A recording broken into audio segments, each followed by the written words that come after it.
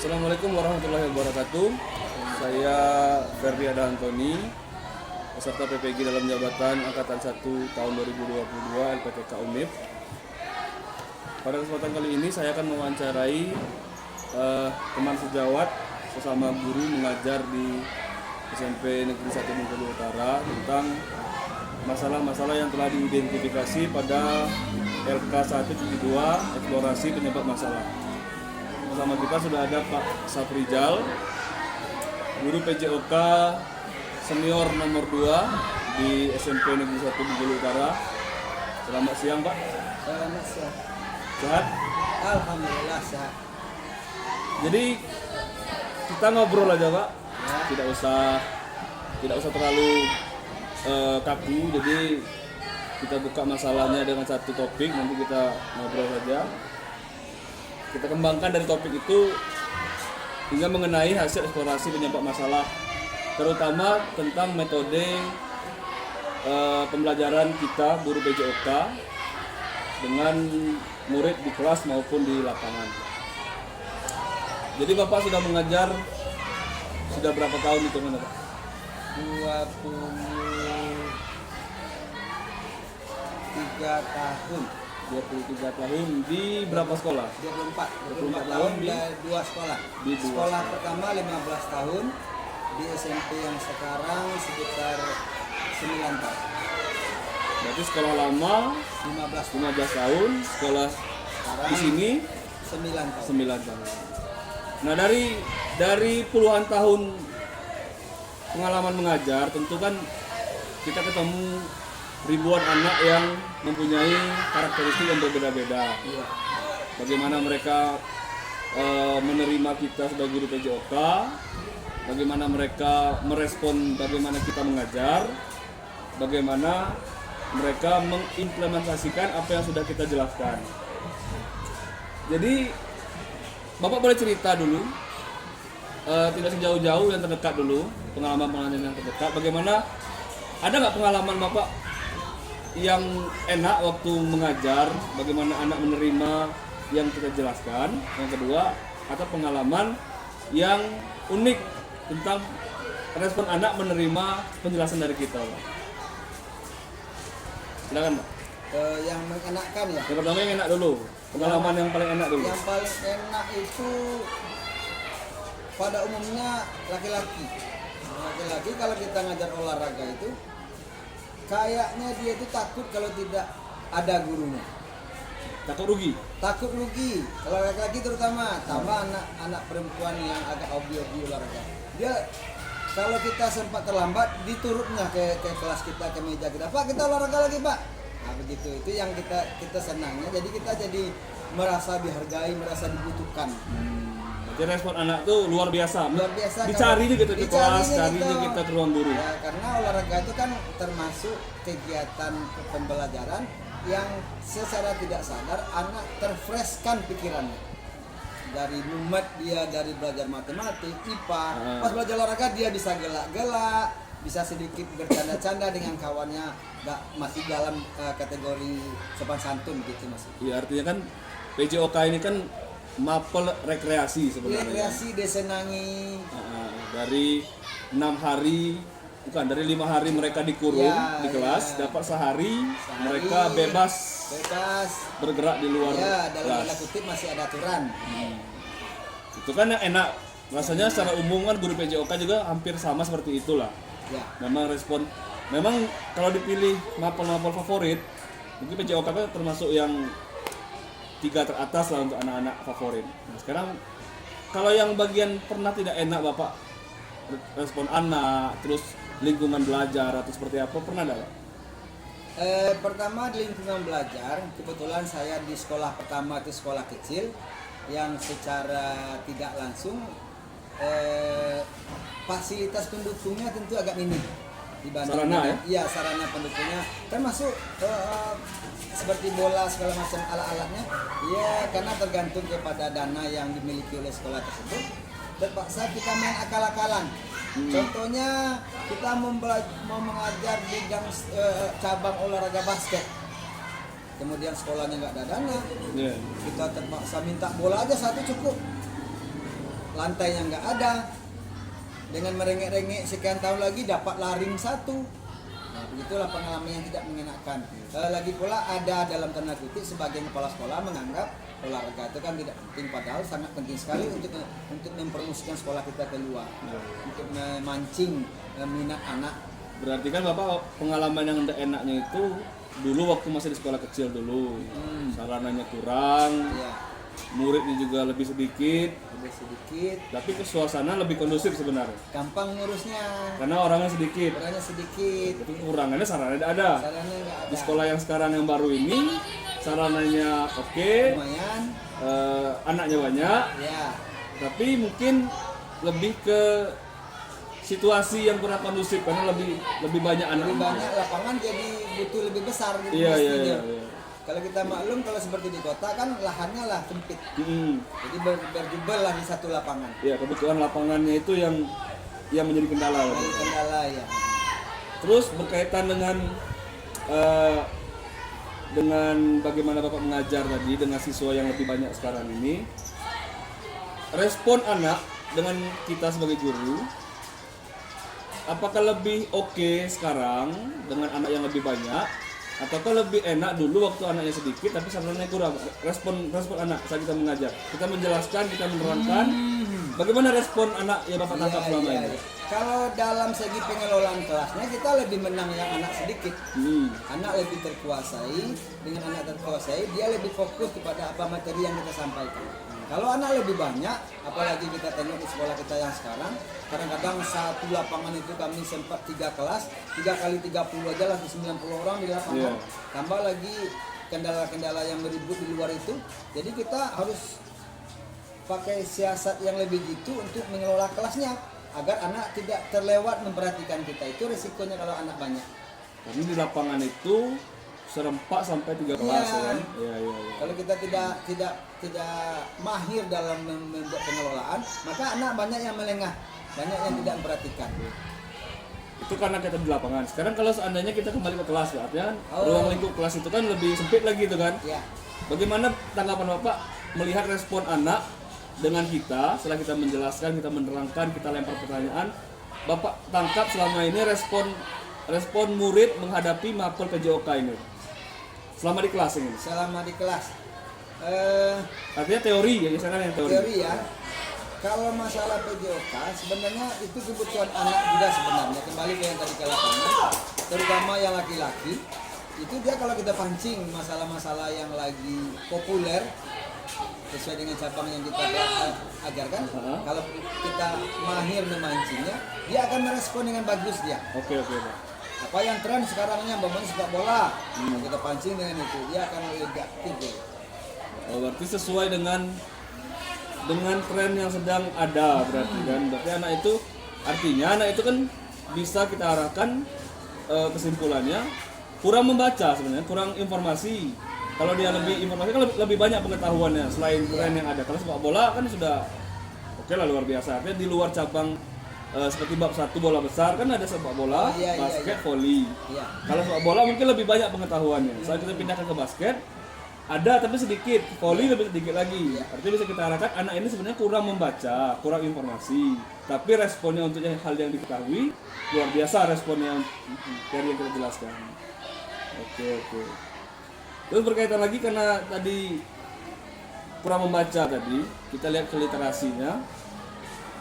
Bapak sebenarnya secara pribadi selain praktek di lapangan, teori di kelas, pernah tidak membuat semacam program literasi? Jadi anak tuh diarahkan untuk membaca informasi-informasi selain dari buku paket. Selama PBM atau di luar PBM? Selama PBS, selama Bapak pengajar, pengalaman mengajar. Pernah. Pernah kita kasih dia per kelompok, kita kasih literasinya berupa buku paket, kita siapkan beberapa pertanyaan sebelumnya, atau bisa pernah juga kita bentuk dalam bentuk praktek. Kita suruh dia menengok gambar. Kalau kebetulan kita ada fasilitas seperti video, kita suruh dia menonton video. Habis itu kita suruh praktekkan. Pernah kita lakukan seperti itu. Itu sebenarnya sangat menarik bagi anak. Pendapat Bapak kalau tentang perpustakaan, untuk zaman sekarang ini kita mengarahkan anak untuk membaca di perpustakaan di zaman tahun 2002 ini. Sedangkan mungkin sama-sama tahu kita, perpustakaan itu tidak sewah dulu karena informasi mungkin lebih banyak di luar dibandingkan buku-buku. Jadi kan kelengkapan yang ada di perpustakaan itu mungkin tidak bisa lagi menunjang semua informasi. Jadi pendapat Bapak tentang mengarahkan anak ke perpustakaan itu lebih efektif atau seperti apa? Ya kalau kita sangkut pautkan tadi dengan dunia media sekarang ini memang bukan menyepelekan tapi tetap berarti pustaka itu. Yeah. Karena di pustaka sudah dikotak-kotakkan sesuai dengan kurikulum yang diatur dari negara. Kalau dia di medsos, dia kan bisa kebablasan kalau tidak kita dampingi. Yeah.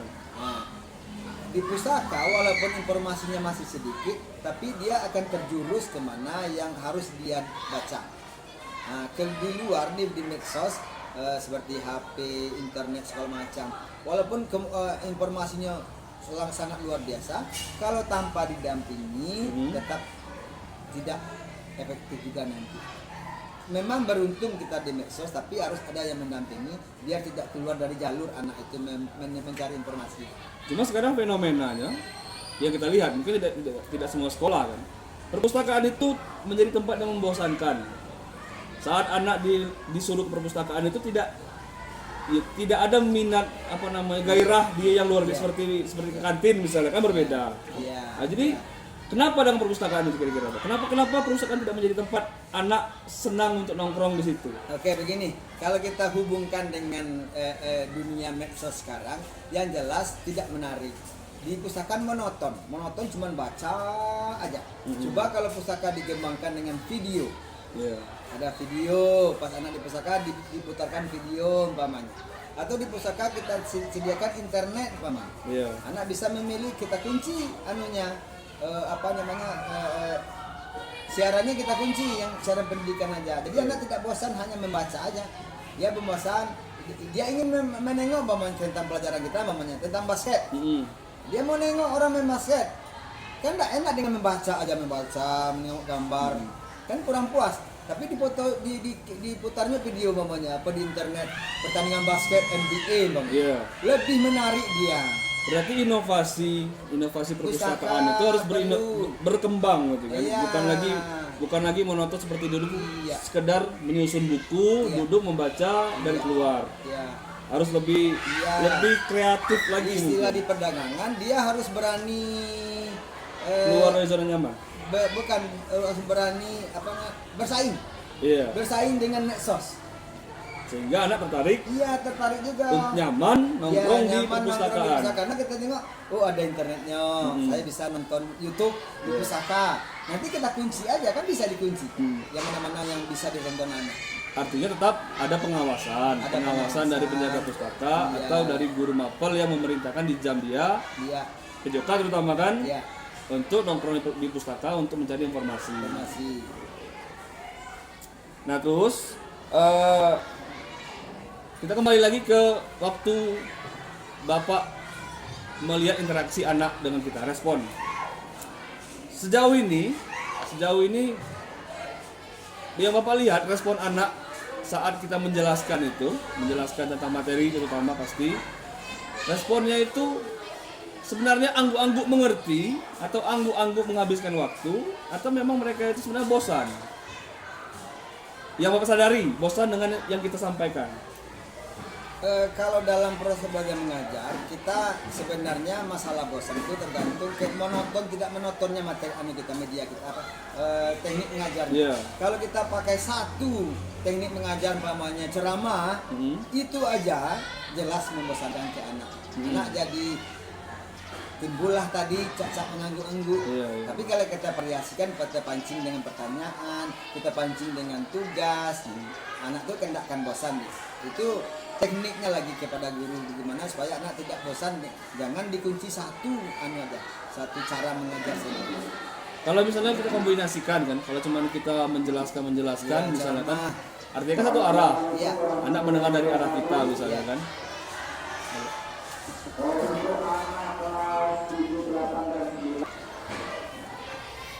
Lanjut lagi Pak, jadi batas batas bagaimana respon anak dengan cara kita, metode kita menyampaikan materi.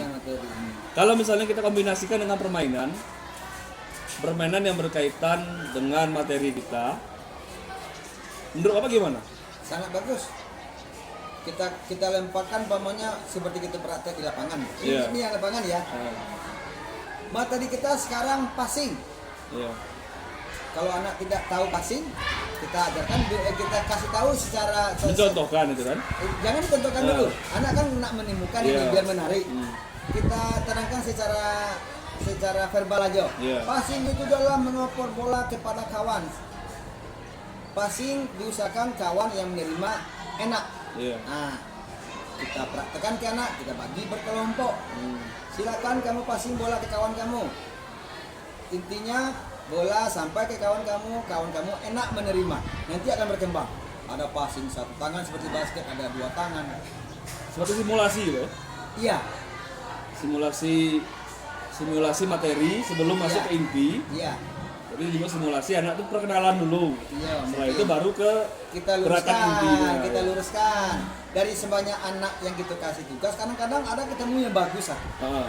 Langsung kita contohkan yang itu. Anak itu dia akan bangga dengan dijadikan contoh. Iya. Nah, kita juga mendidik anak. Kalau di lapangan mungkin enak, Pak. Kalau kita kembali ke kelas misalnya, saat kita harus di kelas, Iya. kita kan menjelaskan juga itu kan. Bagaimana kita membuat bentuk permainan atau bentuk lain yang membuat anak itu lebih tertarik. Kalau di kelas kan lebih sempit, ruang lebih sempit, daya tangkap anak sebenarnya lebih luas karena lebih fokus seharusnya kan. Iya. Cuman dengan keadaan lebih sempit itu kita harus menjelaskan bukan cuma ceramah aja, cuma teori tok, harus ada ditambahi bumbu yang lain. Kalau Bapak sendiri gimana mengakali kalau di kelas supaya anak lebih tertarik dengan kita? Paling berbentuk kelompok itu tadi. Hmm. Kita kasih tugas, kita suruh dia diskusi. Kalau bisa kita fasilitasi dengan alat baca, Iya. dengan buku paket. Ya, kalau seperti kita bicarakan di depan tadi, ya syukur-syukur kalau anak bisa difasilitasi dengan video. Ya, artinya ada media lain selain kita sebagai Iya. sebagai fokusnya. Ya, Enak kalau misalnya pakai ada infokus buku yang dibacanya, Ah, ada sesuatu yang ditontonnya. Iya. Baru dia mengeluarkan kesimpulan. Nanti berdiskusi dengan kawan-kawannya, itu lebih menarik. ya kalau anak cuma dari buku paket saja mungkin terlalu sempit mungkin. Terlalu sempit. Kalau anak dapat literasi lain, sumber lain, ditambah lagi anak mungkin bisa memutar video di kelas, Iya. walaupun tidak semua sekolah mampu sebenarnya. Tapi Iya. mungkin lebih bikin anak lebih menarik, lebih responsif dengan kita. Dibandingkan kita cuma cerita-cerita imajinatif, Iya. tapi anak ya mungkin ngantuk bosan pasti. Ya, apalagi kalau komunikasi satu arah, guru aja yang ngomong, itu akan membosankan ke anak. Artinya guru aktif, anak aktif, Iya, dua arah berarti kan. iya. Terima kasih Pak Jal, rasanya sementara ini dari hasil wawancara kita, ngobrol kita, bisa nanti ditarik kesimpulan, bisa dilihat nanti garis-garis besar bagaimana responsif anak, bagaimana metode kita, apakah sudah masuk atau tidak. Itu nanti akan kami diskusikan di kelas. Terima kasih saya ucapkan kerjasamanya. Baiklah, demikian wawancara yang sudah saya lakukan. Mudah-mudahan nanti bisa ditarik garis besar dan intisari yang dapat membantu untuk menyelesaikan LK1.2 tentang eksplorasi penyebab masalah. Terima kasih. Wassalamualaikum warahmatullahi wabarakatuh.